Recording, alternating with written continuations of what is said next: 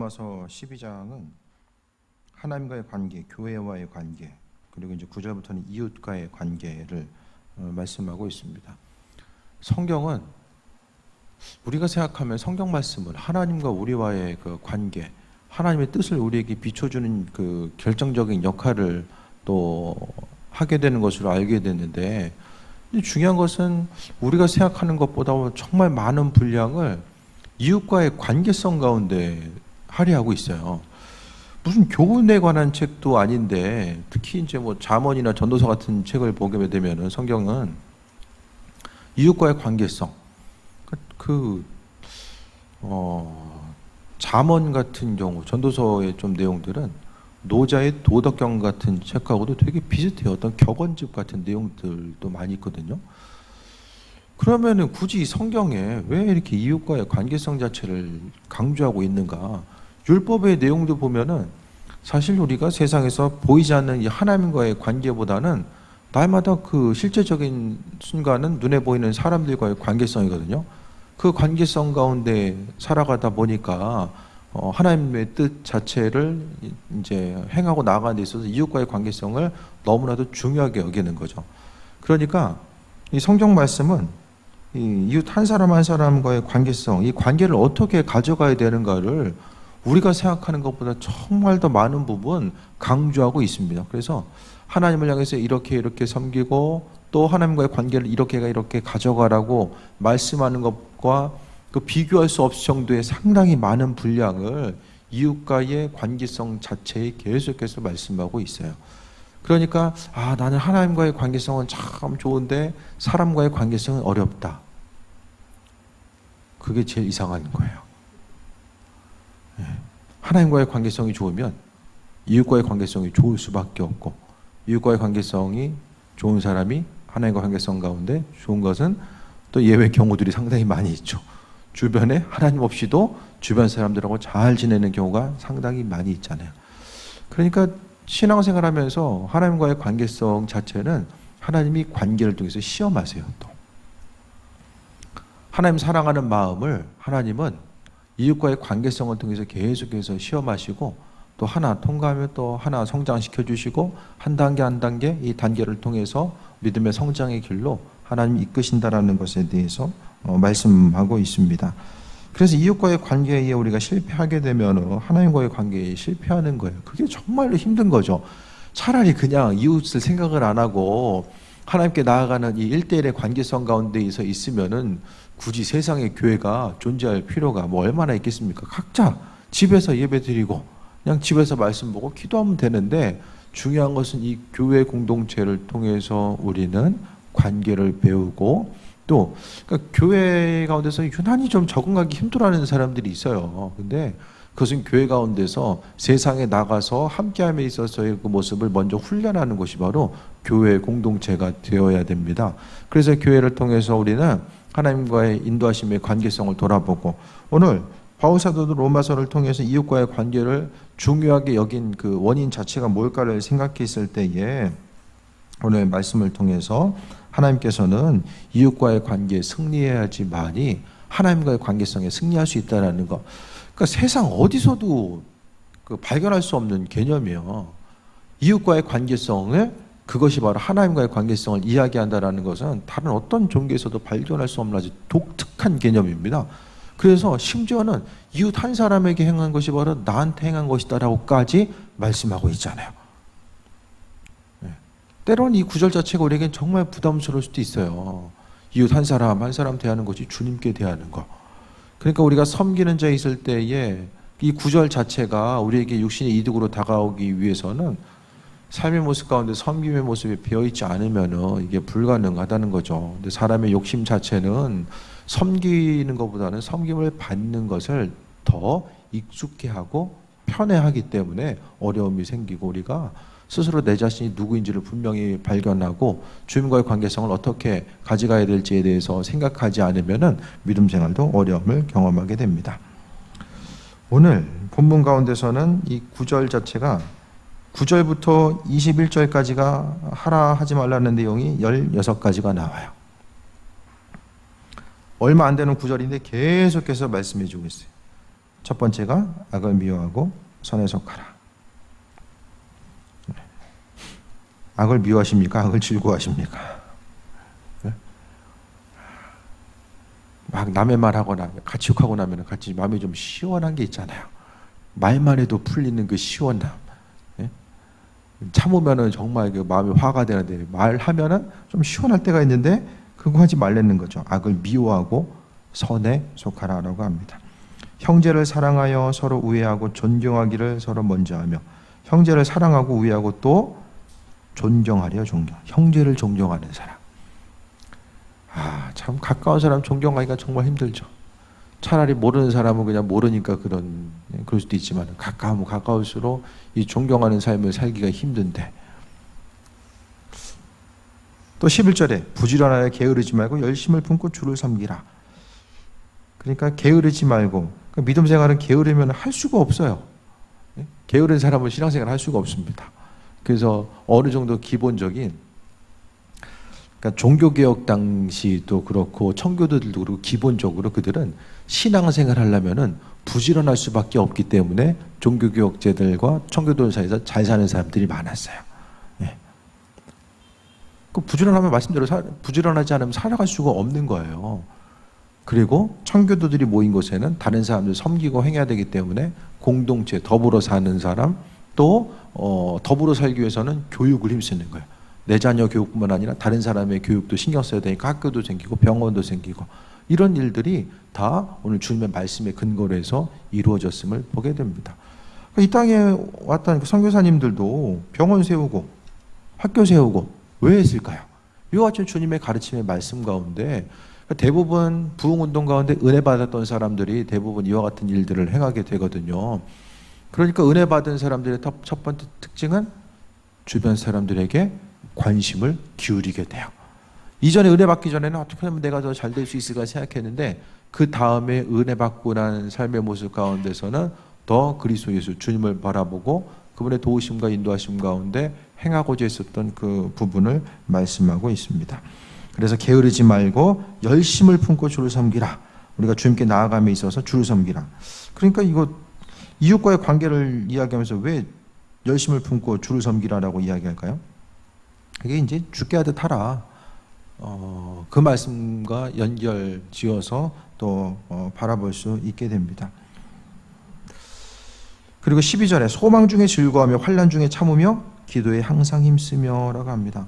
바울 사도도 정말 바빴을 텐데 기도 시간을 많이 구별해서 했던 것으로 보여지게 돼요. 매번 전도여행 다니면서 얼마나 힘들었을까요? 좋은 거 보고 좋은 거 먹으면서 여행 다니기도 힘들잖아요. 그런데 이 전도여행 하면서 항상 이 긴장감, 이 사단이 어떻게 방해할지 모르고 낯선 곳에 가서 복음을 전한다고 했을 때 이 심리적인 스트레스, 어려움이 있었을 텐데, 그 육신적인 피곤함이 있었지만은 사도 바울은 계속해서 기도했고, 또 그 서신을 통해서도 바울 사도는 기도 부탁을 잊지 않고 이야기해요. 그러니까 그 복음에 대해서, 복음의 능력, 그러니까 하나님의 능력에 대해서 경험했던 그 은혜를 통해서 기도의 능력이 무엇인지를 계속해서 이야기하고 있고, 서신들을 통해서 이 동역하고자 했던 교회들에게 기도 부탁을 계속해서 하고 있는 것을 또한 볼 수 있게 됩니다. 그래서 환난 중에, 소망 중에 즐거워하고 환난 중에 참으며, 하나님께서 허락하신 소망을 기억하고 환난과 어려움이 있을 때는 참으라라고 이야기합니다. 환난이 있을 때 피해가라고 이야기하지 않고 참아라 라고 이야기해줘. 참고 또 항상 기도에 힘쓰라 라고 다시 한번 이제 강조하고 있어요. 항상 그 신앙생활의 중심, 이 분모를 이루고 있는 건 기도예요. 기도. 기초 체력. 운동선수들도 기초 체력이 돼 있어야지만이 기술도 나오잖아요. 기초 체력이 안 돼 있으면 기술이 나올 수가 없잖아요. 그러니까 신앙인들에게서 가장 기본적인 기초 체력은 기도와 말씀이 기초 체력이 되어 있을 때의 분별력도 생기고, 거기서 또 행할 바가 무엇인지도 깨달아 할 수 있는 그 은혜를 날마다 경험해 알 수 있게 됩니다. 그리고 13절 보면 성도들의 쓸 것을 공급하며 손 대접하기를 힘쓰라라고 합니다.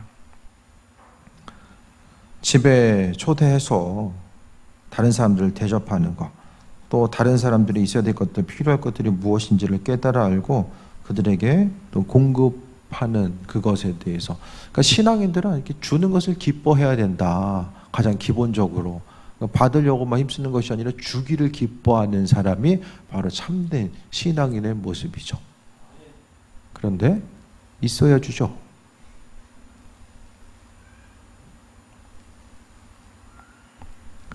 게으르지 말고 열심을 품으려고 해도 건강해야지 뭘 게으르지 않고 지금 몸이 아프면 뭐 할 수 있습니까? 아무것도 못하죠.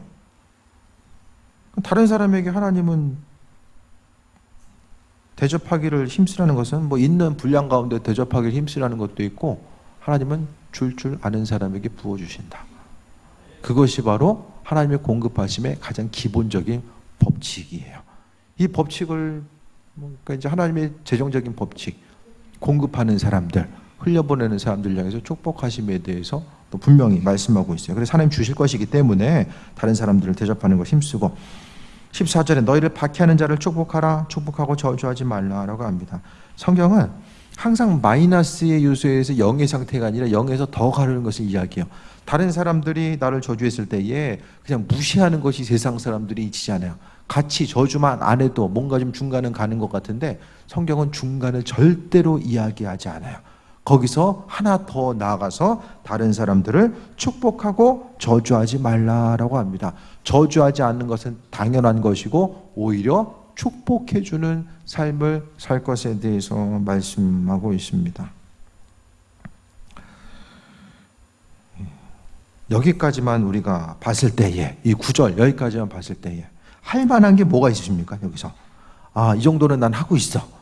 이 정도는 그래도 좀 할 수 있을 것 같아. 그런 내용들이 좀 발견되는 게 있으십니까?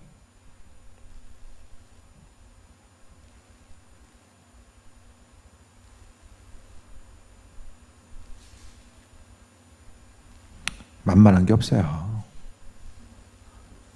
즐거운 마음으로 할 수 있는 게 없다니까요. 그게 바로 우리 육신의 본성이에요. 우리 인간적인 나약함은 다른 사람이 나를 이렇게 해줬으면 참 좋을 것 같아. 내가 나서서 주님이 이거 하는 것보다 다른 사람 통해서 내게 이렇게 해주려고 하면 참 좋을 것 같죠. 다른 사람 통해서 있어야 될 것들, 필요한 것들 공급받고 다른 사람이 열심히 하고 부지런히 해가지고 나를 도와주고 있어야 될 것들, 필요한 것들 채워주고 다른 사람이 나를 존경해주고 남이 해주면 딱 좋을 것 같은데 내가 직접 하려고 하면은 참 이 부담스럽고 어려운 것들이 한두 가지가 아니에요. 그러니까 사람들이 말씀 잘 안 읽는 것 같아. 읽으면 좀 부담스러우니까. 이 말씀이 기쁨이 되기보다는 아 이거 해야 되는데 못하니까 막 짜증만 올라오고 막 그럴 수 있잖아요. 그런데 이 살아계신 하나님의 말씀, 그 말씀을 통해서 우리가 볼 수 있는 것은 이와 같은 것들, 하나님도 이와 같은 것들이 우리가에게 부담스러운 것이 될 수 있는 것을 알고 계시지만 왜 이렇게 말씀하실까에 대해서 좀 생각해 봐야 됩니다. 15절에 즐거워하는 자들과 함께 즐거워하고 우는 자들과 함께 울라라고 합니다. 즐거워하는 자들에게는 그냥 즐거워하고 우는 자들에게는 울어야 되는데 욥기를 보면 친구들이 와가지고 너 왜 그렇게 된 줄 알아? 내 생각에는 이런 것 때문에 그런 거야. 벌 받으니까 너 죄진 게 있어가지고 그런 거야. 얘기하다 보니까 욥이 열이 받아요. 열 받아가지고 이게 뭔가 좀 세상 이치가 잘못되는 것 같아. 그래서 아무리 생각해도 욥이 생각하기에 나는 죄진 게 없는 것 같아요. 그러니까 하나님을 향해서 따지기 시작해요. 내가 뭘 잘못했나요? 하면서 이제 계속 따져요. 어쨌든 친구들이 차라리 거기서 친구 욥이 정말 힘들어하고 고통 중에 있을 때 차라리 그냥 같이 울어줬으면 욥의 마음이 어느 정도 위로받고 치유되고 나갈 수 있는 부분이 또 있었을 텐데 친구들이 옆에서 계속해서 이제 쉽게 좀 깐죽거리는 거예요. 그렇게 하다 보니까 이제 욥이 더 하나님께 이제 집중할 수밖에 없는 상황 자체가 만들어지는 거죠. 근데 하지만 중요한 것은 하나님께서는 즐거워하는 자들과 함께 즐거워하고 괜히 시기 질투하지 말고 잘된 사람이 있으면은 잘 돼서 기쁘구나. 내 옆에 있는 사람 족족 다 망하고 있어. 그럼 즐거워요 그게? 어떠십니까? 다 안 돼. 주변 사람 다 안 돼. 나만 잘 돼. 그게 별로 기쁨이 되지 않아요.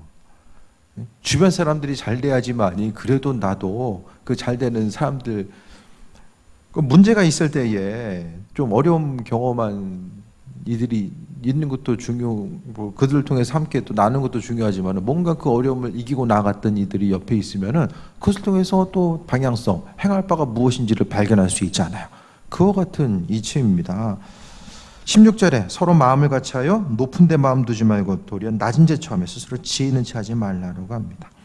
마음을 높은 데 두는 사람이 스스로 지혜 있는 척 살아가는 사람. 우리가 하나님께 가장 먼저 구해야 될 것은 하나님 아버지의 지혜입니다. 해야 될 것인지 말아야 될 것인지, 앞으로 가야 될 때인지 멈춰야 될 때인지, 말을 해야 될지 멈춰야 될지, 모든 것들에 대해서 우리는 하나님께 온전한 지혜를 구하는 것이 중요합니다. 그래서 믿음으로 살아간다는 것은 항상 하나님 주의로 살아가는 것. 그래서 우리가 성경 말씀에 대해서 우리가 행하고 나아가는 것도 하나님께서 우리에게 주시는 지혜가 없으면 불가능합니다. 그래서 자녀들을 위해서 기도할 때마다 하나님의 지혜가 있길 원합니다. 기도해야 돼요. 그래서 분별할 수 있는 것. 한번 분별력을 잘못 갖기 시작하면 또 후회와 또 아쉬움이 가득할 수밖에 없기 때문에 그렇습니다. 그리고 아무도 악을 악으로 갚지 말고 모든 사람 앞에서 선한 일을 도모하라. 그리고 할 수 있거든 너희로서는 모든 사람과 더불어 화목하라. 다른 사람 만나는 사람들과 더불어 모든 사람들과 함께 화목하는 거. 왜? 하나님은 우리가 더불어 잘 살기를 원하고 있다는 것을 이야기합니다. 교회 공동체 가운데서도 이 초대교회의 함께 나눔의 모습 자체도 다 그랬어요. 하나님께서 더불어 잘 살길 원하신다는 거, 그것에 대한 그 소망과 기대함이 있었기 때문에 서로 협력해서 살아갈 수 있었던 것을 이야기합니다. 그러니까 결국 이것은 육신의 본성 자체와는 정반대되는 것들을 계속해서 이야기하잖아요. 여기 말씀하는 것을 하라는 것보다 안 하는 것이 훨씬 더 쉬워요. 이 하나님 말씀과 반대되는 삶을 사는 게 훨씬 더 쉽다니까요. 그것이 바로 연약한 우리의 육신의 본성입니다. 그 부분을 지금 사도 바울은 로마서를 통해서 계속해서 우리에게 말씀해 주고 있어요. 그러니까 여러 가지 율법의 내용도 중요하지만 그 율법의 내용 자체는 결국 이웃과의 관계성 가운데 얽혀 있는 것이고, 이 관계를 통하지 않으면 하나님 말씀 율법에 대해서 지킬 수 없다라는 것을 분명하게 말씀하고 있어요. 그러니까 서기관들과 바리새인들은 하나님과 일대일의 관계성 가운데 말씀대로 살려고 했지만은 그 가운데서 참된 사랑의 실천과 계명, 하나님 아버지 마음속에 있는 그 사랑의 계명이 없었기 때문에 이들은 율법 때문에 책망받은 거예요. 그것 자체가 나 자신의 의로움을 나타내는 도구로서 전락했기 때문에 책망받을 수밖에 없었습니다. 19절에 내 사랑하는 자들아 너희가 친히 원수 갚지 말고 하나님의 진노하심에 맡기라. 기록되었을 때 원수 갚는 것이 내게 있으니 내가 갚으리라고 주께서 말씀하시니라. 그래서 나를 힘들게 하는 사람이 있을 때 니들 주께서 해결하실 거야. 그거 하지 마시고 그냥 내가 참았을 때 주님이 알아서 해결하신다. 때로는 눈에 보이는 것이 잠깐 손해나는 것처럼 보인다라고 할지라도 주님이 행하신다는 것에 대해서 말씀하고 있어요. 그래서 굳이 나서가지고 스스로 해결하려고 하고 또 원수 갚으려고 하다 보면 또 죄 짓잖아요. 옛날에 그 영화 보면은 원수가 원수되고 너 우리 아버지 죽였어. 또 죽이고 계속 대대로 원수되는 집안들. 로미오와 줄리엣 그 집안처럼. 그 원수 갚지 말라는 거예요. 주님께서 행하시기 때문에. 그러니까 주님이 어떻게 행하시는 그 원수 갚는 것은 하나님의 공의 자체가 나타나는 거죠. 결국 우리가 가지고 있는 성향 가운데서 하나님의 성향과 성품이 많이 들어가 있어요. 그러니까 사단이 죄를 우리에게 짓게 하고 그 죄와 관련되지 않은 우리의 성향과 성품은 하나님의 성품, 그분의 성향과 성품대로 우리를 창조하셨기 때문에 많은 부분이 있죠. 그렇게 사람이 가진 것이 모든 것이 다 악하진 않잖아요. 이 선한 부분은 하나님의 성향 따라서 우리가 창조되었는데 우리의 육신적인 연약함 자체가 하나님의 뜻을 이루고 나가는데 방해가 되는 것으로서 다가오게 됩니다. 그래서 우리가 해야 될 것은 20절에 내 원수가 줄이거든 먹이고 목마르거든 마시게 하라. 그리함으로 내 숯불을 그 머리에 쌓아 놓으리라. 원수가 줄이고 목마르거든 마시게 하고 먹을 것을 주라고 이야기합니다.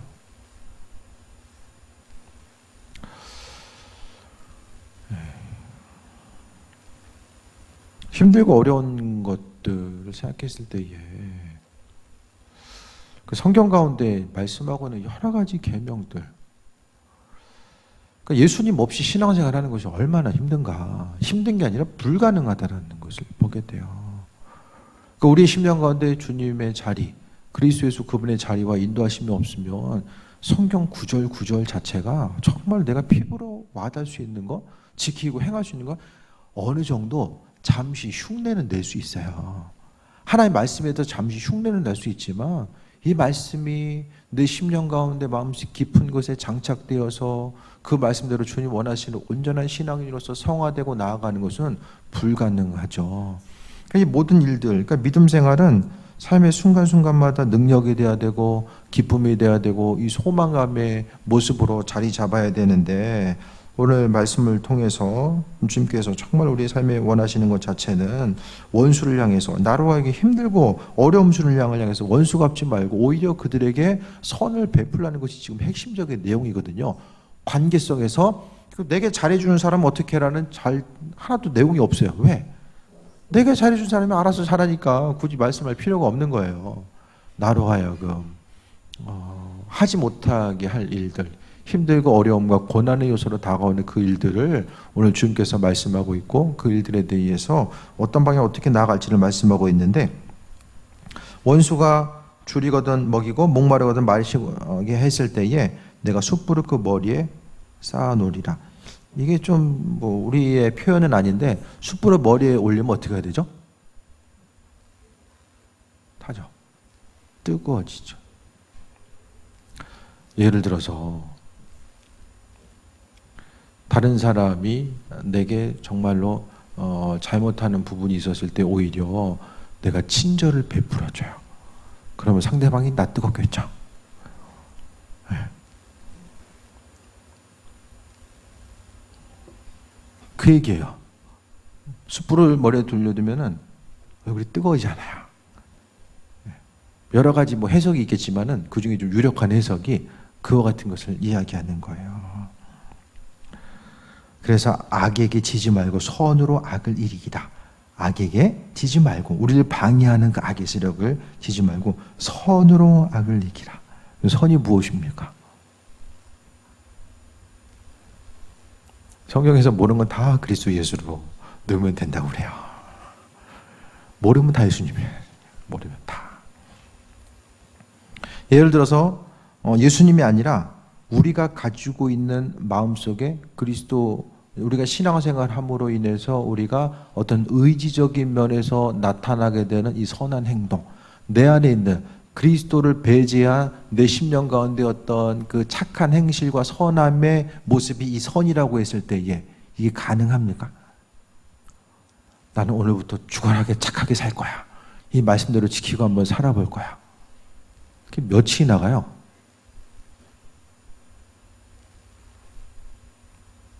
그럼 이게 불가능하죠. 선으로 악을 어떻게 이겨요? 결국 예수님께서 얘기하신다는 거죠.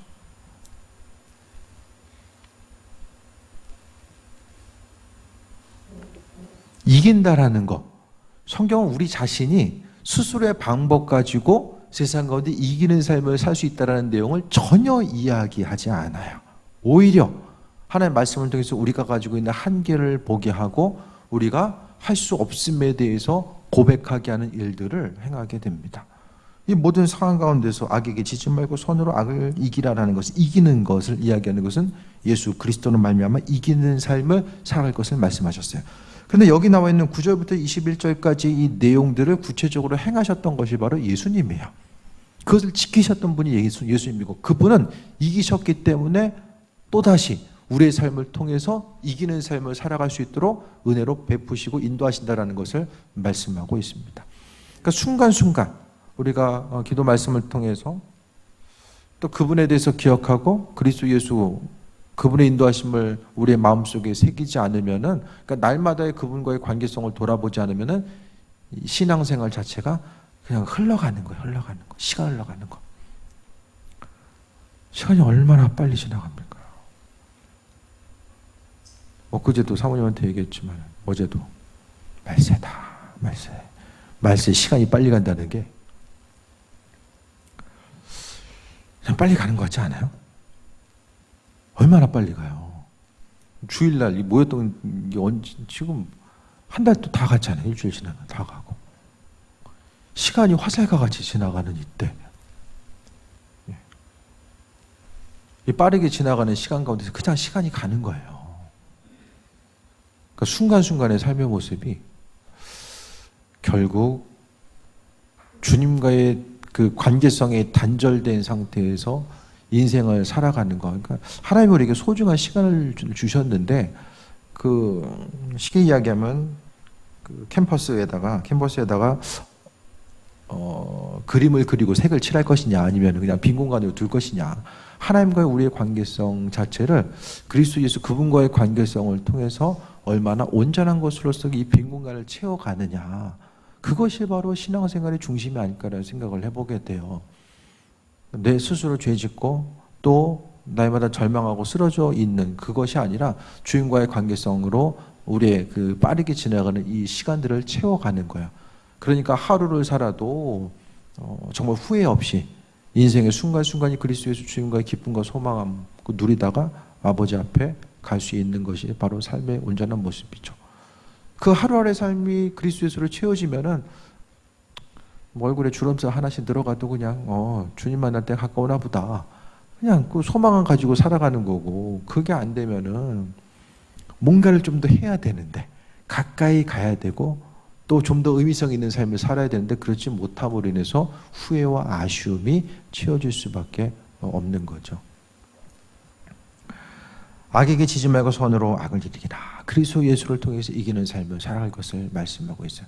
신구약의 모든 내용들이 결국 하나님을 이야기하고 있고, 바로 그리스도 예수를, 그분을 이야기하고 있는 것을 보게 돼요.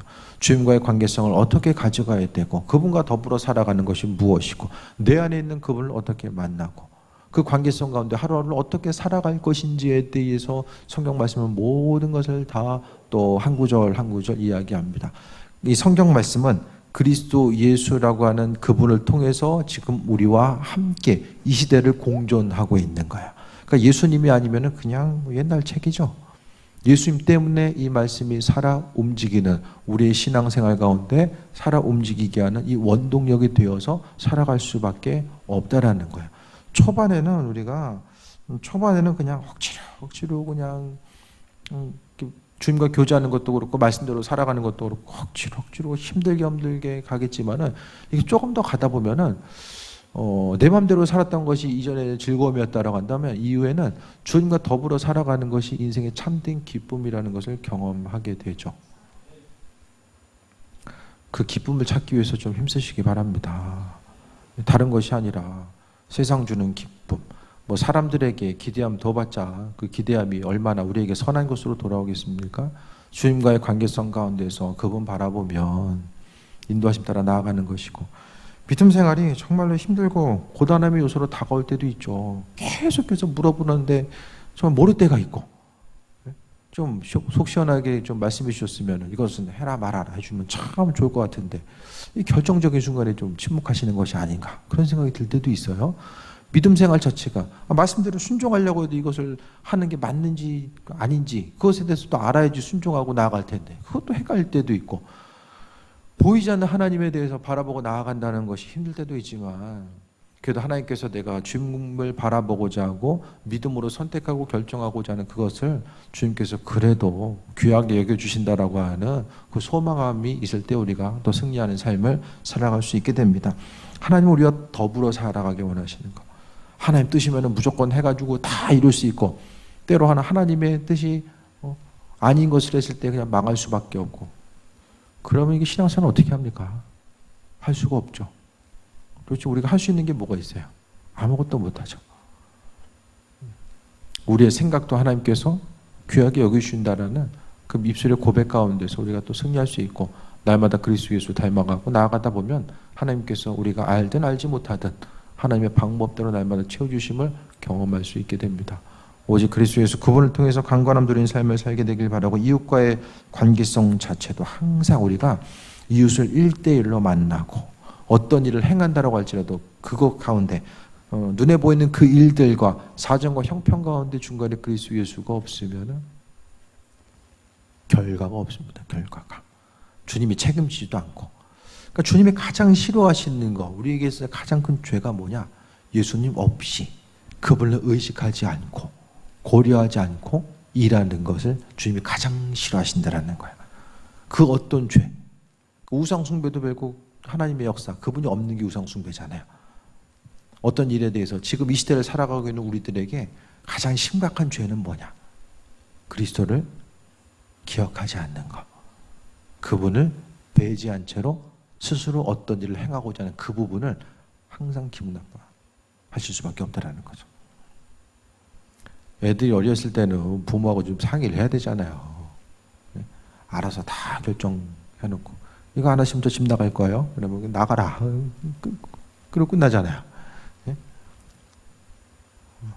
결정적인 순간 인생을 살아감에 있어서 자녀들은 부모와 함께 이야기하고 나아가는 거. 혼자서 모든 것을 결정하니까 잘했구나. 너 이제 정말 잘했구나. 장성한 분량이 되면은 그럴 때도 있을 거예요. 분명히. 아버지의 생각과 뜻이 무엇인지를 분별해서 그냥 주님의 생각과 뜻이 내 생각이고 내 생각이 주님의 뜻과 생각이 되어서 살아가는 그 온전한 성화와 또 주님과 일치됨의 단계를 분명히 누리는 일도 있을 거예요. 근데 그게 되기 전까지는 우리 육신의 소욕과 날마다 싸워 이겨나가는 건 죽을 때까지 싸워 이겨나가는 것이 또 삶의 연속일지도 몰라요. 그런데 순간순간 우리가 다른 것 때문에 고민하지 아니하고 예수님 때문에 그분과 더불어 사는 것 때문에 고민하며 살다 보면 그 하루하루가 모여져서 또 주님 닮아가고 또 그분께서 내 안을 통해 내 안에서 또 악한 것들과 이겨 나아갈 수 있는 그 은혜를 우리가 경험할 수 있게 됩니다. 믿는 자로서 이웃 한 사람 한 사람과의 관계성, 오늘 본문에 나와 있는 모든 내용들 자체를 생각했을 때에 성경에서 예수님 말씀하신 모든 명령들도 다 생각했을 때에 그리스도 예수 주님이 아니면 할 수 없는 이 모든 일들 다시 한번 돌아보시고 이 한 주간을 살아감에 있어서 또 내일부터 또 치열한 삶의 현장들이 또 반복해서 나타나게 되잖아요. 그 순간순간마다 이번 주에는 주님 한 번 생각했으면 그래도 다음 주에는 한 번이라도 더 생각해보고 어떤 일을 결정하고자 했을 때에 그리스도 예수 주님이 결정에 있어서 아주 중요한 또 기준이 되어서 나아가다 보면 그분을 한 번 더 생각하고 인도하심 받아 나아가다 보면은 분별력도 생기고 또 그분의 도우심 가운데 세워먹고 나아갈 수 있는 그 은혜들도 경험하게 됩니다.